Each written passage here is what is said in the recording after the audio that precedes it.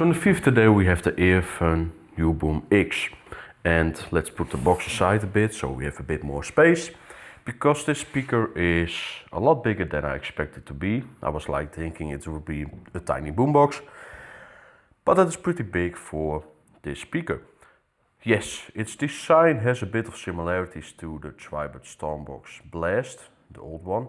Especially on the rear they also have like a separate panel, at least not a speaker grill, but yeah, they definitely have a very similar way of building this speaker.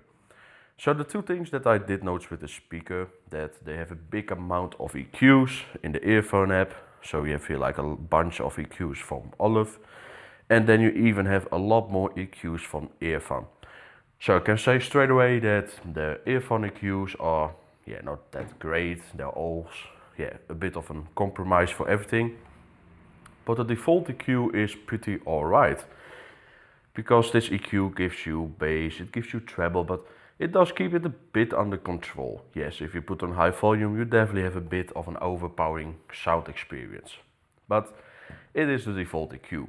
So I will use the default EQ for my audio samples in this video, and also the studio EQ, which is from OLUV, because that is his way he wanted to tune the speaker. Yes, you also have a bass EQ from OLUV, you even have like an outdoor EQ, an indoor EQ. But I did notice that all of those EQs, are just a bit of a boost in one place or the other. And it's not necessarily bad. I do think that especially the Boom XX EQ has a bit of a powerhouse experience, almost like a ABL. But you do lose clarity and you get distortion. So I decided to only use then the Earfun EQ, the normal EQ, and the studio EQ, which is actually also the normal EQ from OLUV. So let's just go to those samples first, and then we go back to the speaker itself. No matter how hard I try, stay sure. I've tried a million different ways to leave. Oh my, why can't I not find the key? It's too dark, no one shows me how to see. No, I don't wanna fall too deep.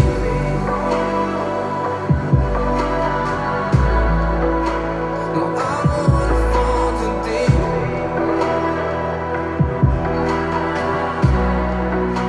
No, I don't wanna fall too deep.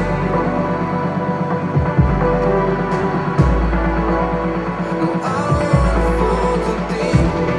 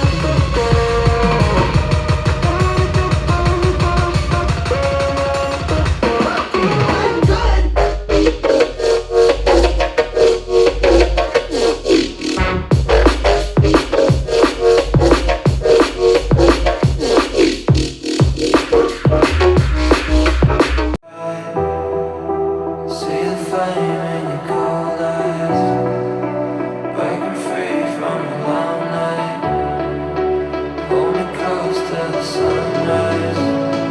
Everything is gonna be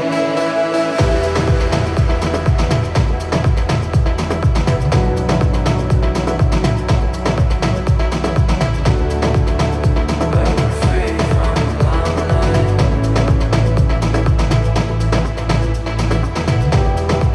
Everything is gonna be alright.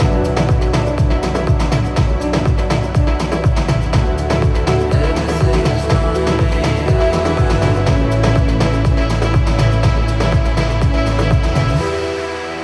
See the flame in your collar. I'm gonna fall into lies. Oh nice, don't fall and die. Triple love, oh no. Triple love, oh no. Triple love, oh no. Triple love, oh no. I feel so low, can't find my way home.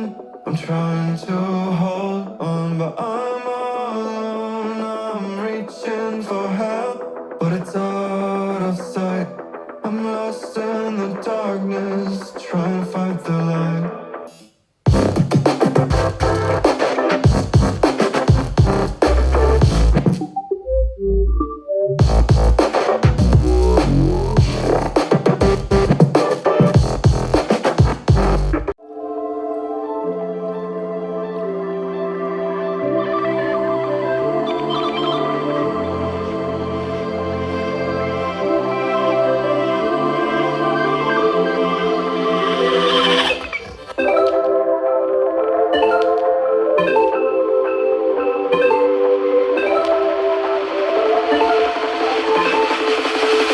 I've been trying to.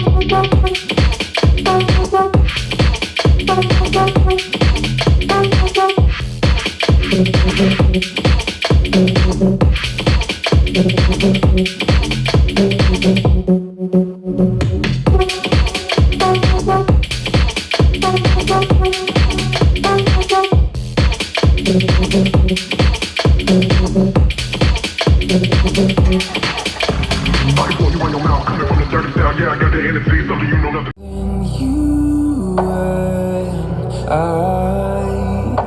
and my heart beats cold, and you can just let go.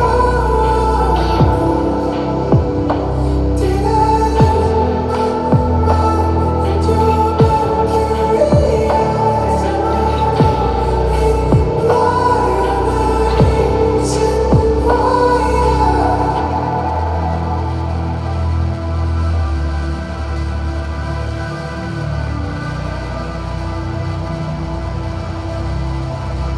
Barely scratching the surface.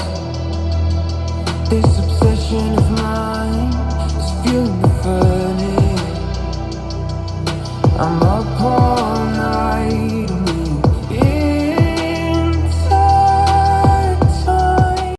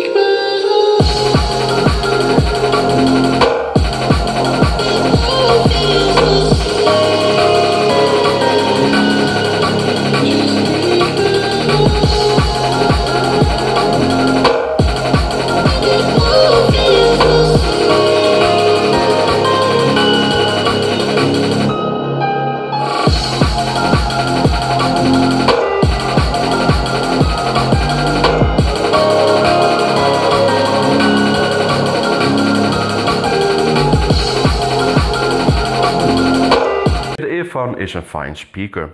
It has pretty decent audio performance and it's pretty close to the Tribut.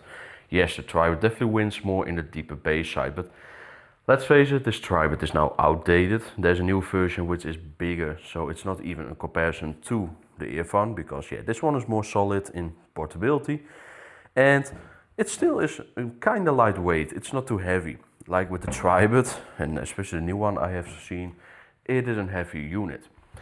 And one thing I also like a lot, and that's not something a lot of people talk about, is the way of charging. For example, it's USB Type-C, which is already great, but it even has fast charging 30 watts. And I tried with my PD charger to see how fast it goes, and I had around 25-28 watts, and the battery was around 60%, so then it's understandable it doesn't do the full 30 watts always. But it's really great. This means you can charge pretty fast, but also means you don't need a separate big power brick or an AC cable. And this makes the Earfun, I would say, pretty easy to use. I do still think that the marketing around the speaker, especially with that OLUV collaboration, is maybe a bit too much over promoted. I do think it's a bit sad that OLUV lost his channel, because yeah, even though we didn't always agree in the past, yeah, losing your YouTube channel, I have experienced one time a few years ago, is not that great. So yeah, overall I do think it's a solid speaker. And one thing that also helps is the price. So now it's $30 off, so it's around $130. But here for the 150, 160 euros or dollars, you can't go wrong. Really, for that price you also get the JBL Flip these days. So at least you get with this one a solid bass performance. And if you want to, you have EQs that give you a bit of a party vibe. But keep in mind, if you use these EQs, you do lose the quality on the speaker. And the speaker has quality with studio EQ and even a little bit with the Earfun EQ default. Overall, great experience.